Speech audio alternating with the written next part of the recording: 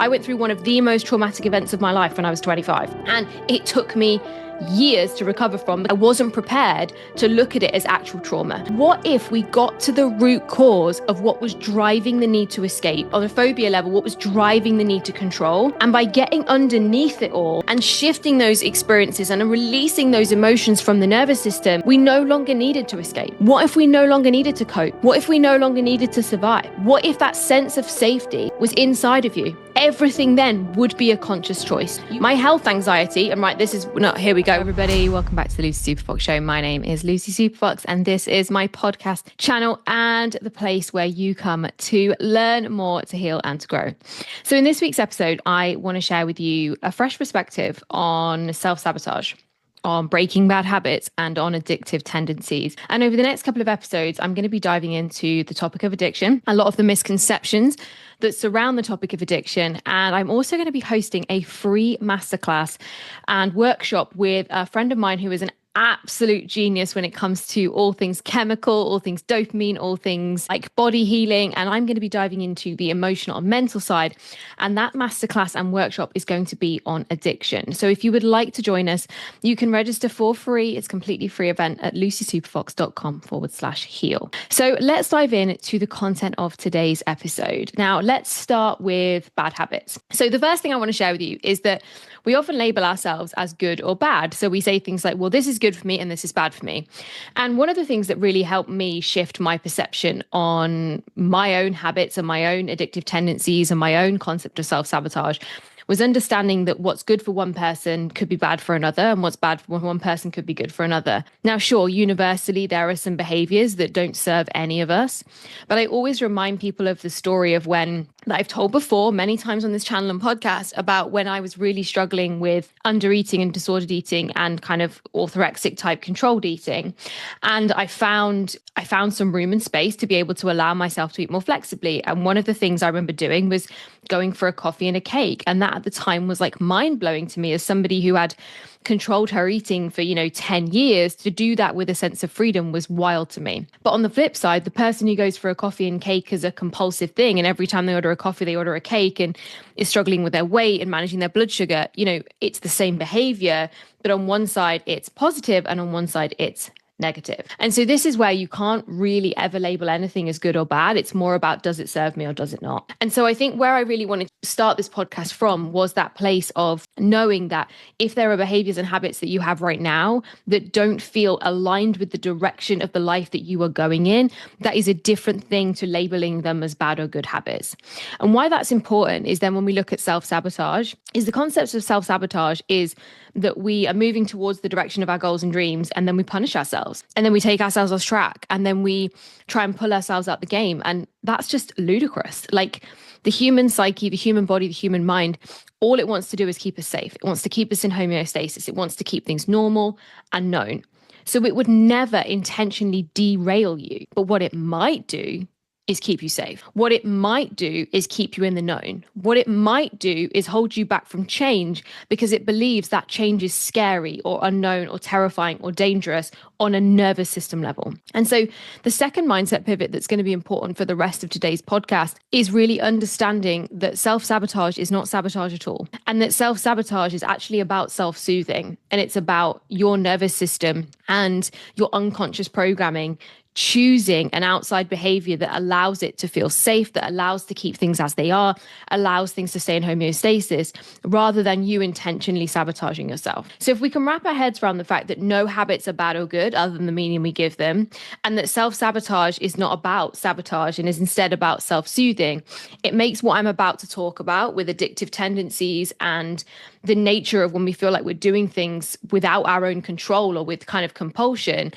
which I talked about a lot in the last episode, it makes them easier to understand. So if you know that actually you don't self-sabotage and you self-soothe because change is scary or hard, or because you're actually making some big freaking moves and they feel overwhelming to your nervous system, and that actually these habits are not about bad or good and shaming yourself, but actually they're just programs that you've created over time that have got you to where you are. And if we can, from that lens, look at what I'm about to say next, I think it will make this easier to hear. There is a narrative that says that all addictive tendencies, and whether that is a bad habit, to use your words, right? A habit of doom scrolling, a habit of having a glass of wine to relax, a habit of, having some chocolate after every meal, through to, needing drugs every day to survive, or drinking ourselves into oblivion 3-4 times a week. We tend to look at addiction as that very end of the scale. We tend to call anybody who is, a drunk or a junkie, that's addiction. Anything other than that is not addiction. It's just a bad habit. And I just want to challenge that and actually say, from a lot of the work that I've been doing recently as part of my professional development as a root cause therapist, is very much that I am seeing, and definitely through inspired by the work of Gabor Mate, of Dr. Joe Dispenza, John Sarno, lots of other, amazing doctors, Bruce Lipton, is understanding that addiction is not about choice and behavior, and instead is about the compulsion to escape. And whether that compulsion is to escape pain, to escape boredom, to escape anxiety, to escape something. And even if right now in your current state, you're like, I don't know why I'm still escaping, everything's good. At some point, it was an escape that you found safety in. At some point, it was a coping mechanism that allowed you to cope. At some point, it became a survival strategy that allowed you to survive. And the nervous system gets stuck in that wiring. And the reason it gets stuck in that wiring is because of trauma. Now, I know this word comes up a lot, and I know people get frustrated. They're like, I don't have any trauma. My childhood was fine. And I was literally this person. Trauma is not about a list of events that did or didn't happen to you, but trauma is how safe we felt within ourselves, within an experience, within an event, within our nervous system as we grew up. And if we felt unsafe at any point, and I mean literally at any point, and weren't given the soothing, the emotional regulation, because maybe our parents couldn't give it to us, maybe they were absent, maybe they were working, maybe they were stressed, maybe they were neurodiverse and couldn't handle their own emotions, right? That we didn't learn internal strategies for managing our emotions and in managing our state. And especially when we're super young, when we're kind of under 7, we don't have the intellectual programming to say, oh, this is why this is happening. And I understand that the reason that mum isn't here to comfort me is that she has to work. Like, before we have all of that, all we know is I'm safe or unsafe. All we know is how we feel inside our nervous system. Sympathetic, active, react, fight, flight, or parasympathetic, relax, chill, happy, playing.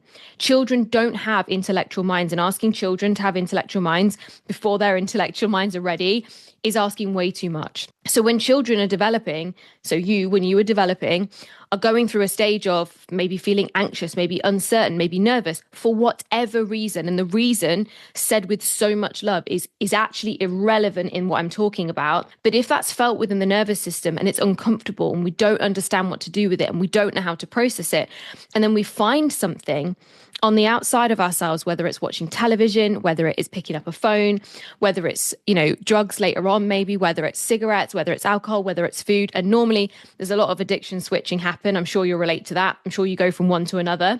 So from drinking too much to eating too much, or you've gone from smoking to taking drugs, or you've gone from overworking through to television, or you've gone from people pleasing to saying fuck it to everyone. Like, anything can be an addiction. Any outside behavior can be an addiction, whether it's an actual consumption of something or whether it's actually the way you act and the way you respond. All of it can be an addictive tendency or addiction. And that's because at some point, that behavior allowed us to feel safe again. At some point, that action created a sense of safety inside of ourselves. Whether it's because it happened chemically, because we ate chocolate and it tasted amazing and our neurotransmitter lit up inside our brain and we went, oh, that feels nice.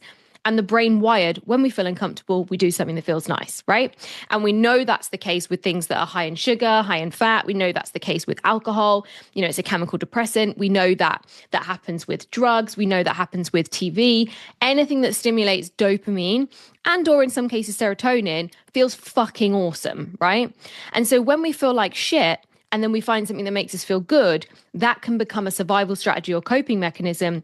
And then if we continually feel these shit feelings because they remain unprocessed, they remain undealt with, they're not, we not learn how to move through them, what then happens is those strategies that we have become regular, they become frequent, they become addictive. They become something that happens so unconsciously we don't even know we're doing it.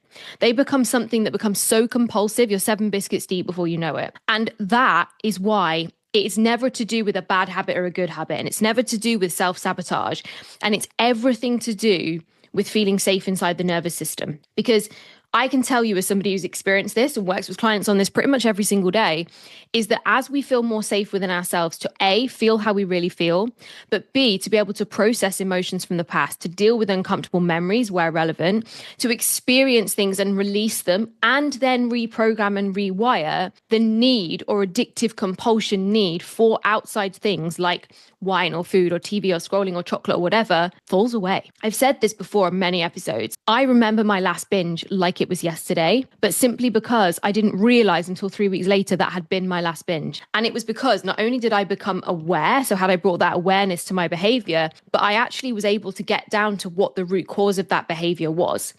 And the root cause of that behavior was I was really unhappy in a situation I was in. And that situation was triggering all these old feelings, all these old wounds, all these old energies. And that was leading to that same compulsive behavior because it was a coping mechanism and strategy I'd programmed. When I no longer felt that way, I no longer needed that strategy. Now, don't get me wrong, that wasn't my last coping mechanism or strategy. And this is why we see addiction switching happening quite a lot. But as I got to the root of the issue, and healed and allowed myself to feel safe and allowed my nervous system to move back into calm and regulation, these behaviors were no longer needed. And so this is where, when we look at bad habits and self-sabotage, we're looking at the fucking symptoms. We're looking at the icing on the cake. And actually the root cause, if we're getting really fucking to it, the root cause of addiction, the root cause of your addictive tendencies, whether you are one binge a month or you are getting drunk every day. And the truth is they are just a sliding scale, much like neurodiversity. It's not you are or you aren't, it's a sliding scale. Where are you on the scale? And how much support do you need in order for you to recover if that's what you desire, right? So on this sliding scale of addiction and addictive tendencies, if occasionally having a binge is over here and doesn't really cause you many problems, and over here, actually it's something that is causing mass negative consequences, you're spending lots of money, you're really unhealthy, you're drinking every day, you've got liver disease, like this spectrum and scale, the answer to all of it is getting to what's underneath. The narrative that currently society speaks to is that it's a behavior of choice, that we are choosing to be addicted. And the problem is when we buy into that narrative too, when we buy into the narrative that addiction is about a choice, so whether that is your emotional eating or your freaking biscuits, or whether that is, compulsively getting absolutely wrecked at the weekend, when we buy into that's a choice, there is so much fucking shame. There is so much shame that comes up for us. And the problem is, right, and this is the thing that when I fully grasped this, it blew my fucking mind, was that every single time you do the behavior and then feel shame because you think you chose it, you put yourself right back into the emotional state of probably what created the need to cope, the need to survive, or the need to have the addiction in the first place. Because a nervous system that feels uncomfortable and unsafe will look for things outside of itself. And shame is one of the biggest emotional feelings that drives unsafety, anxiety, and discomfort. So if every single time you people please or you peacekeep, and I am a recovering peacekeeper over here doing my absolute fucking best, if every single time I do something and I peacekeep and I'm like, oh, so I can feel, I can't feel safe till they're all kind to me, and until they're all happy, I'm not going to feel safe. If I do that and then afterwards I think, oh my God, you fucking did it again. You fucking did it again. I then feel like, oh my God, why can't I change? What's going on with me? What's wrong with me? I'm broken. I keep going round in fucking circles. I then put myself back into that low, shitty, energetic state. And then at some point, that's going to bubble up so much, I'm going to need my coping mechanism or strategy again in order to deal with it. The same thing happens with food. The same thing happens with alcohol. The same thing happens with scrolling. The thing is, with some of these bad habits or self-sabotages like doom scrolling, watching too much TV, having the odd extra biscuit, is the negative consequences are not so big that they're destroying your life. And that's why they become less obvious. That's why they become those annoying things, but you don't really ever get to change them. But here's the thing.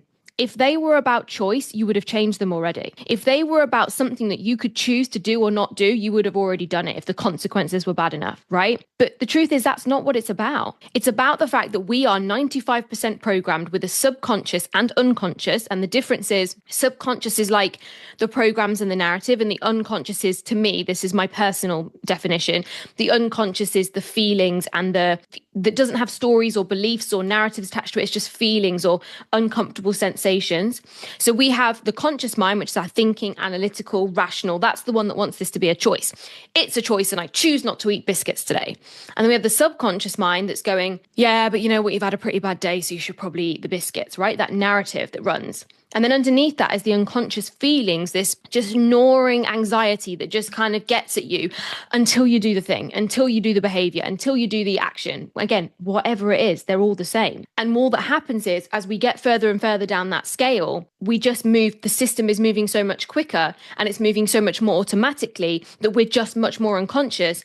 And then we also then throw in underneath, which is the second model of addiction, which is also flawed, is the neurotransmitter model, which basically says that the chemical loops that happen the first time or the first few times you wire like a high dopamine or high serotonin producing behavior are things that you will wire into your nervous system, and you'll keep doing them because they feel so fucking good. And that is 100% valid and truthful, but it's not the root cause, because until you knew that chocolate was a compulsive way to feel yourself better, you didn't know that.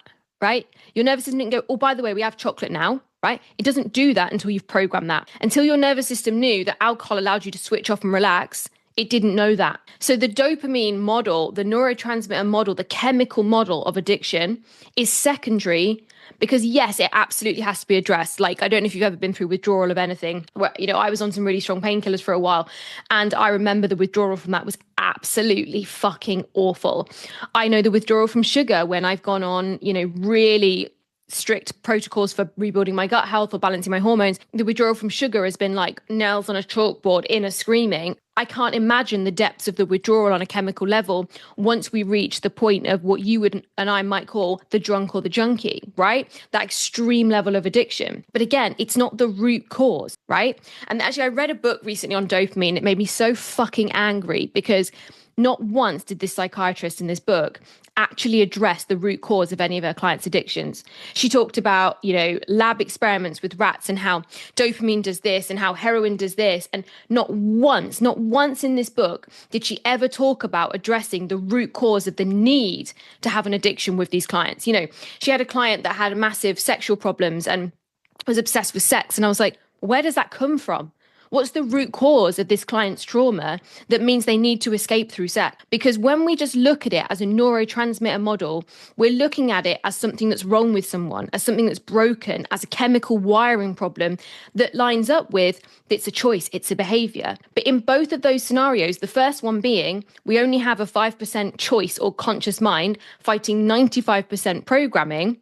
And in the second option, we have 95% programming. So sure, if the programming is creating this level of chemical addiction, that's going to be really fucking annoying. But even if those two things are true, and let's say there's an element of choice and an element of chemical addiction, that's not where they started. That's not where they came from. At some point, there had to be a compulsive need to reach outside of ourselves, to feel something inside of ourselves, or to feel nothing inside of ourselves.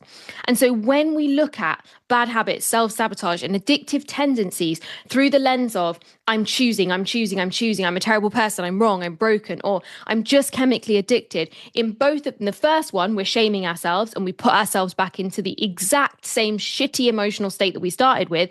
And in the second model, we give all our power away because we say we're chemically addicted and we can't control it. And neither of those things are true. They hold truth, and absolutely there is resonance in some of it, but they are not the ultimate truth. What has to stand up is that there is something foundationally driving the need to escape on an emotional level. And this is where looking at trauma and again, trauma is not a list of events that did or didn't happen to you. Trauma is about your experience of safety as you develop your nervous system.